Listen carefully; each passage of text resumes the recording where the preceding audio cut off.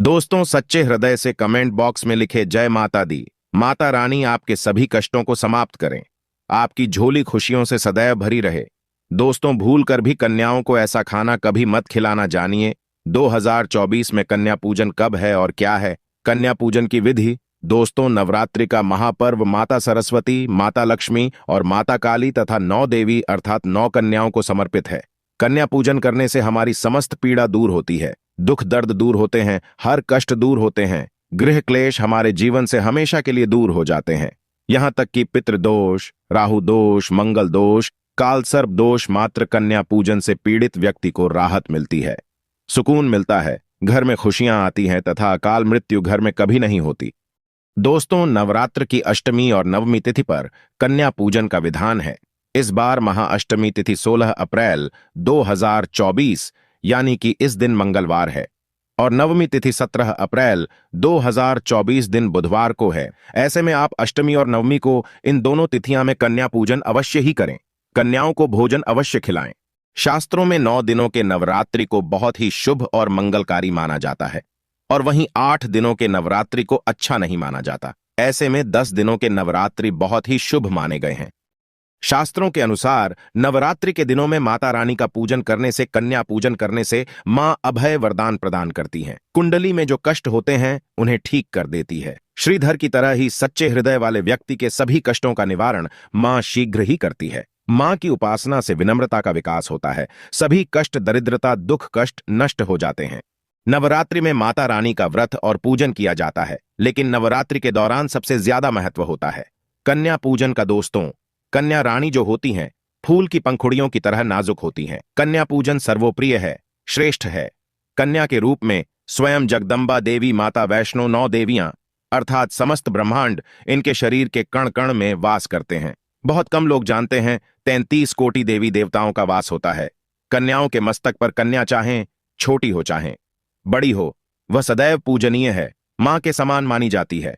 दोस्तों, माना जाता है व्रत और उपासना से माता रानी इतना प्रसन्न नहीं होती है जितना कि कन्या पूजन से होती है। नवरात्रि में छोटी छोटी कन्याओं को माता रानी का स्वरूप माना जाता है। कन्याओं को भोग लगाया जाता है, उन्हें प्रसन्न किया जाता है और बदले में आशीर्वाद मांगा जाता है। कन्याओं को प्रसन्न करने के लिए गिफ्ट आदि उपहार वगैरह दिए जाते हैं।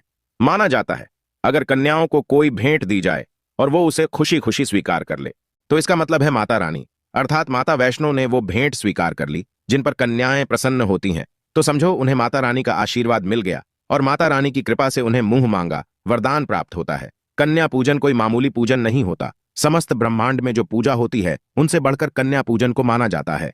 10 बार गंगा स्नान करने से और 100 बार यज्ञ करने से तथा 1000 बार यात्रा करने से जो पुण्य मिलता है वह मात्र एक बार कन्या पूजन करने से करोड़ों गुना भक्त को मिल जाता है, प्राप्त हो जाता है। दोस्तों, इसीलिए कहा जाता है कि कन्याओं को सताना नहीं चाहिए, इससे समस्त ब्रह्मांड हिल जाता है। कन्याओं की जितनी सेवा की जाए कम ही होती है। कन्याएं कोई मामूली नहीं होती। कन्या के रूप में स्वयं उनके मस्तक पर विराजमान होकर स्वयं देवी चलकर आपके घर तक आती हैं।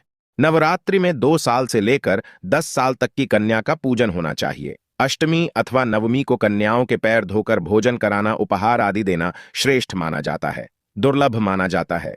ऐसा मौका कभी हाथों से नहीं जाने देना चाहिए।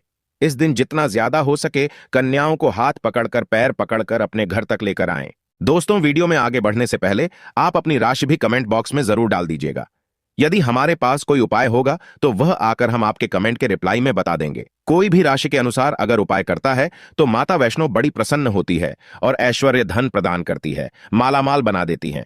इसीलिए राशि कमेंट में जरूर छोड़ें और हाँ, माता को एक लाइक जरूर करें। लाइक करने में कंजूसी ना करें। दोस्तों, कैसे करें? कन्याओं का स्वागत। कन्या जब आपके घर आए तब सभी के पैरों को दूध और पानी से उनके पैरों को धुलाना चाहिए। खासकर मर्दों को कन्याओं के पर आवश्यक धोने चाहिए, इससे मैया वैष्णो प्रसन्न होती हैं। दोस्तों, फिर उसके बाद कन्याओं को किसी साफ जगह पर जमीन पर कपड़ा बिछाकर बैठाना चाहिए। उनके माथे पर अक्षत, फूल और कुमकुम लगाना चाहिए। फिर उसके बाद भोजन ग्रहण करवाना चाहिए। लेकिन हमेशा याद रहें, कन्याओं की थाली में 3 पूरियां कभी ना रखें। इसे शुभ नहीं, घोर अशुभ माना जाता है। 3 पूरियां तथा 3 रोटियां मरने वाले व्यक्ति के लिए निकाली जाती हैं और जेल में कैदियों के लिए दी जाती हैं। ऐसे में कन्याओं को उनकी थाली में 3 पूरी कभी ना दें, लेकिन 1-2 करके पूरियां दे सकते हैं। इससे 3 संख्या बढ़ जाती है और दोष भी नहीं लगता। दोस्तों, कन्याओं को खाना खिलाने के बाद अंतिम में कन्याओं के सर पर लाल चुनरी उड़ाना चाहिए और भोजन में आपको खीर, पूरी, हलवा, चना तथा आलू की सब्जी, छोले वगैरह की सब्जी खिलानी चाहिए। पनीर आदि भी खिलाया जा सकता है। वैसे माता रानी का प्रिय भोजन खीर, हलवा, पूरी और छोले आदि ही हैं। लेकिन भूल से भी लहसुन और प्याज का इस्तेमाल कभी ना करें, अन्यथा अनर्थ हो जाएगा। अक्सर कई लोग कन्याओं को कुरकुरे का पैकेट, चिप्स वगैरह का पैकेट खिलते हैं, जो कि घोर अनर्थ माना जाता है, क्योंकि इसमें लहसुन, प्याज का इस्तेमाल होता है, जिसके कारण आपका व्रत खंडित हो सकता है। मां दुर्गा क्रोधित हो सकती हैं। जहां आपने 9 दिनों तक लहसुन, प्याज का परहेज किया, लेकिन आपकी एक गलती पूरे व्रत को खंडित कर सकती है। इतना भी नादान नहीं बनना चाहिए कि माता रानी रूष्ट हो जाए और कन्याओं को भी अशुद्ध होना पड़े। कन्याओं को डब्बा बंद कोई भी ऐसी चीज ना खिलाएं जिसमें लहसुन, प्याज होता है। कई चीज तो ऐसी होती है मार्केट में जिसके अंदर लहसुन, प्याज का इस्तेमाल होता है। ऐसा आप कभी मत करना। दोस्तों, कई लोग कन्या पूजन में खाना घर पर नहीं बनाते और मार्केट से रेडीमेड लाकर ही खिलते हैं तथा दही जलेबी खिलाते हैं, जो कि शुभ नहीं माना जाता। दोस्तों, ऐसा खाना वो लोग खिलाते हैं जिनके घर में मान लीजिए कोई दुर्घटना आदि हो गई है या घर में कोई बीमार है या कोई मुसीबत है, तब वो ऐसा करते हैं। लेकिन अगर आप स्वस्थ हैं, आपको कोई पीड़ा नहीं है, तो ऐसा भूलकर भी नहीं करना चाहिए। माता रानी दही जलेबी नहीं, आपके हाथों का बना भोजन खाना चाहती है, आपका प्यार चाहती है। फिर चाहे आप घर में एक ही पूरी क्यों ना बनाएं माता के लिए, पर आप स्वयं ही अपने हाथों से माता रानी को भोजन खिलाएं। देखिए, भले ही आप दही जलेबी खिला सकते हैं, परंतु माता को घर का बना हुआ शुद्ध भोजन ही अति प्रिय है। खासकर नवरात्रों के दौरान घर में पक्का खाना अवश्य बनाना चाहिए। माता रानी बहुत प्रसन्न होती है। घर का बना पक्का खाना ही कन्याओं को खिलाना चाहिए। हमेशा याद रखें, कन्याओं को प्लास्टिक के बने दोने में खाना नहीं खिलाना चाहिए। ऐसे बर्तन पूजा पाठ के लिए शुभ नहीं अशुभ होते हैं, क्योंकि प्लास्टिक के ज्यादातर बर्तन जो होते हैं जानवरों की हड्डियों द्वारा बनाए जाते हैं, इसीलिए ऐसा पाप मत करना। कन्याओं को हमेशा स्टील के बर्तन या पत्तों से बने बर्तनों में ही भोजन कराना चाहिए। बहुत ही शुभ माना गया है। अगर पेड़ के पत्ते में भोजन कराते हैं तो माता अभय वरदान प्रदान करती है। दोस्तों, एक और बात हम आपको बताने वाले हैं कि यदि नवरात्रों के समाप्त होने के बाद यदि बीच में कन्या पूजन में शुक्रवार का दिन पड़ जाए तो कन्याओं को कोई भी खट्टी चीज नहीं खिलाना चाहिए, क्योंकि शुक्रवार का दिन माता संतोषी को समर्पित होता है और माता संतोषी नवरात्रों के दिनों में सक्रिय अवस्था में होती है, यानी वो भी 9 देवियों के साथ में आपके घर में आती हैं। इसीलिए कन्याओं को भूलकर भी शुक्रवार का दिन अगर पड़ जाए तो खट्टी चीज घर में नहीं बनाना चाहिए और कन्याओं को भी खट्टी चीज नहीं खिलाना चाहिए। घोर पाप लगेगा, आपका किया कराया सब बर्बाद हो सकता है। खट्टी चीजों से माता संतोषी रूष्ट हो सकती हैं, चिढ़ सकती हैं, आपको श्राप दे सकती हैं, इसीलिए नादान ना बने। दोस्तों, भोजन कराने के बाद कन्याओं की थाली में एक लौंग जरूर रखना चाहिए, क्योंकि लौंग देवी शक्ति तथा दुर्गा मां को बहुत प्रिय है। लौंग माता शक्ति का प्रतीक होती है। लौंग में नव दुर्गा का वास होता है। इन 9 दिनों में माता रानी को लौंग का भोग ही लगाया जाता है, तो खाना खाने के बाद कन्याओं को लौंग अवश्य अर्पित करें। माता रानी को अमृत से बढ़कर लौंग प्रिय है, इसीलिए कन्याओं को थाली में चुपचाप एक लौंग जरूर रख दें। आपका भाग्य चमक जाएगा। माता लक्ष्मी आपके जीवन में धन की कोई भी कमी नहीं होने देंगी। दोस्तों, आपको बता दें, कन्याओं को उपहार में क्या दें। कन्याओं को खुश करने के लिए उनकी थाली में दक्षिणा डालें, ताकि आपके घर में संपन्नता बनी रहे तथा धन की कोई भी कमी ना हो। कन्या जब आपके घर से खुशी खुशी धन लेकर जाती है तो वह भी आपको खुशी खुशी कई गुना आपको धन प्रदान करती है। इस समय कंजूसी मत करना, खुशी खुशी कन्याओं को धन अवश्य देना। कन्याओं को कोई सुंदर गिफ्ट दे सकते हैं। शास्त्रों में बताया जाता है कि कन्या जितना खुश होती है, माता रानी उतना ही जल्द फल की प्राप्ति प्रदान करती है। ऐसे में आप कन्याओं को चॉकलेट बॉक्स दे सकते हैं तथा खूबसूरत कपड़े दे सकते हैं। याद रहे, काले कपड़े ना दें और स्टील के बर्तन भी गिफ्ट के तौर पर दे सकते हैं। याद रहे कि कन्याओं को लोहे का कोई भी सामान नहीं देना चाहिए, नहीं तो राहु केतु का प्रभाव आपके जीवन में प्रवेश कर जाएगा। राहु काल तथा राहु दोष आपको लग जाएगा, आप बर्बाद भी हो सकते हैं। दोस्तों, जब कन्या अपने घर के लिए प्रस्थान करें तो उनके चरण जरूर छू लें और अपने मन में अपनी प्रार्थना को पूरा करें। सच्चे दिल से मांगी हुई मुराद माता रानी अवश्य ही पूरी करती है। सच्चे दिल का मतलब होता है मन में कोई भी लालच ना हो, और अगर वो लालच माता को पाने के लिए बन जाए तो उसे बोलते हैं सच्ची श्रद्धा और सच्ची भक्ति। ऐसी भक्ति के आगे स्वयं 33 कोटि देवी देवता आपको नमस्कार करते हैं। दोस्तों, नवरात्रों के दिनों में अगर मिल जाए आपको ये संकेत, तो समझो माँ दुर्गा आपके घर में आ चुकी हैं। ये संकेत बताते हैं माँ दुर्गा का आशीर्वाद आपको प्राप्त होने वाला है। तो आइए शुरू करते हैं। दोस्तों, पहला संकेत, जब आप कलश स्थापना करते हैं तो जौ से निकली हरियाली बहुत ही शुभ मानी गई है। कहा जाता है कि जौ से निकली हरियाली हमारे भविष्य में होने वाले अच्छे और बुरे होने का संकेत देती है। ये सभी बातें हमारे आने वाले साल का भविष्य बताती हैं। यदि आपने जौ बोए है और वो किसी कारणवश नहीं हो पाए हैं, तो ये संकेत बड़ा ही मनहूस माना गया है। कहा जाता है कि नवरात्रों में जौ अगर सूख जाते हैं या बढ़ते नहीं हैं, तो आपको समझ लेना चाहिए कि ये साल आपका खराब होने वाला है तथा घर में कोई बीमारी आने वाली है, या दिन दुगनी रात चौगुनी आपकी कम होने वाली है या घटने वाली है। दोस्तों, ये धन हानि का संकेत माना गया है, क्योंकि आपने कोई ना कोई गलती ऐसी कर दी होगी जिसके कारण माता रानी नाराज हो गई हैं। इसीलिए माता से आप क्षमा अवश्य मांग ले। मां अपने भक्तों को अवश्य माफ करती है। एक मां ही होती है जो अपने बेटे को, अपने लाल को हर गलती पर माफ करती है। लेकिन ऐसा बेटा किस काम का जो मां से माफी ना मांगे। इसीलिए माता रानी से अपनी गलती की माफी अवश्य मांग लें। मैया वैष्णो अपने भक्तों को कभी निराश ही नहीं करती, बल्कि उन्हें धन धान्य से और खुशियों से परिपूर्ण बना देती है। और दोस्तों, यदि जौ हरे भरे हो जाते हैं तो ये शुभ संकेत होता है। इससे आने वाले समय में आपको बहुत ज्यादा ही धन लाभ होगा। माना जाता है कि 1 रुपए का सिक्का या चांदी का कोई भी सिक्का जौ के बीचों बीच में अगर मिट्टी में दबा दिया जाए तो घर में सुख समृद्धि आती है। माता लक्ष्मी दौड़ी दौड़ी चली आती है। जौ के अंदर हमेशा 1 रुपए का सिक्का अवश्य डालना चाहिए। जौ को खाली नहीं रखना चाहिए, उसमें धन वगैरह अवश्य डालना चाहिए। इससे माता का आशीर्वाद सदैव परिवार पर बना रहता है और जीवन में कोई भी संकट नहीं आता। खाली जौ मतलब धन भी खाली, खुशियां भी खाली ही मिलेंगी। दोस्तों, नंबर 2, यदि आपकी नींद नवरात्रों के दौरान सुबह 4 बजे के आसपास खुलती है तो इसे बड़ा ही शुभ संकेत माना जाता है, क्योंकि ये समय ब्रह्म मुहूर्त कहलाता है। इस समय देवी शक्ति अपने सच्चे भक्तों को ही जागती है। इस समय उठाना मतलब माता की कृपा प्राप्त करने के बराबर माना गया है। ये संकेत बताते हैं कि माता की सच्ची भक्ति का प्रभाव आपके ऊपर हो चुका है और माता रानी आपको जल्दी ही कोई खुशखबरी देने वाली है। मां आपकी सच्ची भक्ति से बहुत खुश हैं।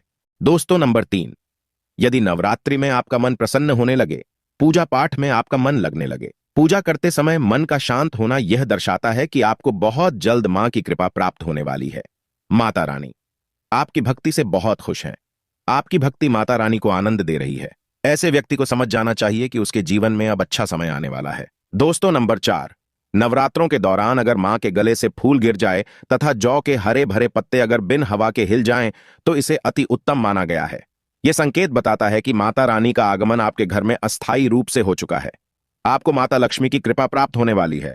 ये संकेत कुछ खास लोगों को ही दिखाई देते हैं। माना जाता है कि पूजा करते समय अगर धुआं अधिक बढ़ जाए तो इससे यह पता चलता है कि आपके घर से गरीबी हमेशा हमेशा के लिए जाने वाली है। भूत प्रेत आत्माएं अब आपके घर से हमेशा के लिए जाने वाले हैं। पूजा करते समय धुएं का अधिक होना बहुत ही शुभ और मंगलकारी माना गया है। ये संकेत भविष्य में अच्छे परिणाम को दर्शाते हैं। दोस्तों, नंबर 5, द्वार पर गाय का आना। वेदों में बताया जाता है कि नवरात्रि के दौरान गाय माता का घर में आना बड़ा ही शुभ संकेत माना गया है। नवरात्रि में द्वार पर गाय का आना अत्यंत शुभ है। यदि आपके भी द्वार पर गाय आती है तो गाय के माथे पर कुमकुम लगाना ना भूले तथा गाय को रोटी जरूर खिलाएं। इससे मां दुर्गा अत्यंत प्रसन्न होंगी और आपकी झोली खुशियों से भर देंगी। द्वार पर गाय का बार बार आना भी जीवन में आने वाले अच्छे संकेतों की ओर इशारा करता है। दोस्तों, नंबर 6, सपने में शेर का दिखाई देना। अगर आपके सपनों में मां दुर्गा दिखाई देती है, अर्थात कोई भी देवी अगर आपके सपनों में दिखाई देती है, तो बड़ा ही शुभ माना गया है।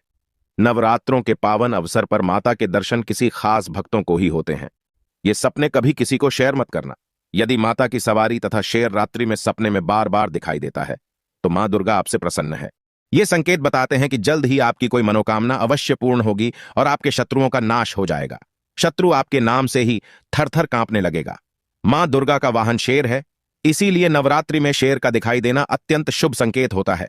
दोस्तों, नंबर 7, यदि कोई छोटी कन्या आपको सुबह सुबह लाल वस्त्र धारण किए हुए दिखाई देती है तो आपने साक्षात मां दुर्गा के दर्शन किए हैं। यदि नवरात्रों में सबसे पहले आपके घर में कन्याओं का आगमन हो जाए तो समझो आपको दुनिया की कोई भी शक्ति, ब्रह्मांड की कोई भी शक्ति आपको करोड़पति होने से नहीं रोक सकती।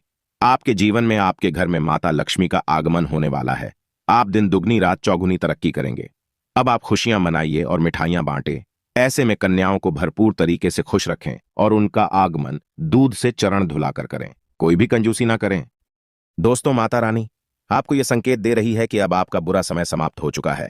अब जीवन में सुख समृद्धि के द्वार खुल जाएंगे। दोस्तों, नंबर 8, घर पर उल्लू का आना। यदि मां लक्ष्मी का वाहन उल्लू नवरात्रि में आपके घर पर आकर बैठ जाए तो यह भी शुभ संकेत है। इसका अर्थ है कि मां लक्ष्मी का आपके घर में प्रवेश हो चुका है और आपकी आर्थिक स्थिति और मजबूत होगी। लेकिन याद रहे, उल्लू नवरात्रि और दीपावली पर आना ही शुभ माना जाता है। दोस्तों, नंबर 9, यदि ब्रह्म मुहूर्त के समय यानी सुबह के 4 बजे के आसपास घंटियों की आवाज सुनाई दे जाए या शंख की आवाज सुनाई दे जाए तथा कोई भजन सुनाई दे जाए तो बड़ा ही शुभ संकेत माना गया है। इससे यह पता चलता है कि माता रानी आपकी भक्ति से बहुत प्रसन्न है और आपके जीवन में सभी नकारात्मकता का नाश होने वाला है तथा माता लक्ष्मी की कृपा आपको प्राप्त होने वाली है। दोस्तों, नवरात्रों के दौरान घर में काली चींटियों का दिखाना, लंबी लंबी लाइन बनाकर मुंह में खाना ले जाते हुए चींटियों को देखना अच्छा संकेत माना गया है। और यदि मंदिर में पूजा करते समय कोई छिपकली आदि दिखाई दे जाए या मंदिर के स्थान की ओर छिपकली चली जाए तो बड़ा ही शुभ संकेत माना गया है। इससे यह पता चलता है कि आपको माता लक्ष्मी की कृपा प्राप्त होने वाली है, मां का आशीर्वाद आपको मिलने वाला है। नवरात्रों के दौरान मंदिर में छिपकली का दिखना बहुत ही शुभ संकेत माना गया है। आपकी भक्ति का फल आपको शीघ्र ही मिलने वाला है, क्योंकि छिपकली को माता लक्ष्मी का प्रतीक माना गया है। किसी शुभ अवसर पर छिपकली का दिखना मंगलकारी माना गया है और नवरात्रि में छिपकली का मंदिर में दिखना साक्षात देवी लक्ष्मी का स्वरूप माना गया है। दोस्तों, अगर आप वाकई में मां वैष्णो की कृपा पाना चाहते हैं तो कमेंट बॉक्स में लिखें जय माता।